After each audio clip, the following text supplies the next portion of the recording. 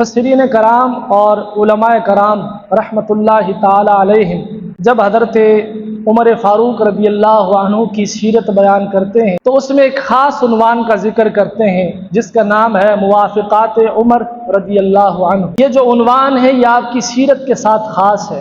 کسی اور صحابی کا جب ذکر کیا جاتا ہے، ان کی سیرت کا ذکر کیا جاتا ہے، تو ان کی سیرت میں اس عنوان کو باقاعدہ طور پہ ذکر نہیں کیا جاتا۔ موافقات سے مراد یہ ہے کہ حضرت عمر فاروق رضی اللہ عنہ نے کوئی رائے دی تو اللہ تعالیٰ نے اس رائے کے مطابق قرآن پاک کی آیات کو نازل فرما دیا۔ ایک شخص تھا جس کا نام ہے ابن سوریہ، یہ کافر تھا، اور اس نے حضرت عمر فاروق رضی اللہ عنہ کے سامنے یہ کہا کہ آپ کے نبی پر حضرت جبرائیل علیہ السلام وحی لے کر آتے ہیں اور ہم حضرت جبرائیل علیہ السلام کے دشمن ہیں، نعوذ باللہ۔ اگر آپ کے نبی پر میکائیل علیہ السلام وحی لے کر آتے تو ہم آپ کے نبی کا کلمہ پڑھ لیتے۔ اس نے کہا کہ جبریل علیہ السلام وحی لے کر آتے ہیں، اگر میکائیل علیہ السلام لے کے آتے نا تو پھر ہم کلمہ پڑھ لیتے۔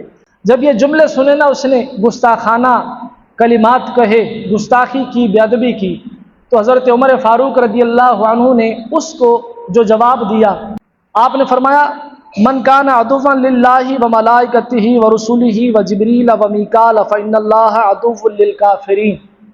یہ اس گستاخ شخص کو آپ نے جواب دیا۔ آپ نے کس کو جواب دیا؟ ابن سوریہ، جس نے گستاخی کی، بے ادبی کی، اس کو آپ نے ان کلمات کے ساتھ جواب دیا کہ جو اللہ کا دشمن ہو، اللہ کے فرشتوں کا دشمن ہو، اس کے رسولوں کا دشمن ہو، جبرائیل علیہ السلام کا، میکائیل علیہ السلام کا دشمن ہو، تو پھر اللہ کافروں کا دشمن ہے۔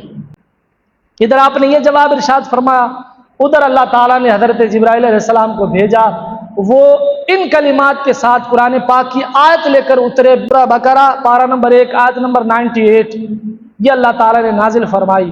یعنی حضرت عمر فاروق رضی اللہ عنہ نے جو جواب دیا اس گستاخ کو، وہی کلمات اللہ تعالیٰ نے وحی کی صورت میں نازل فرمائے۔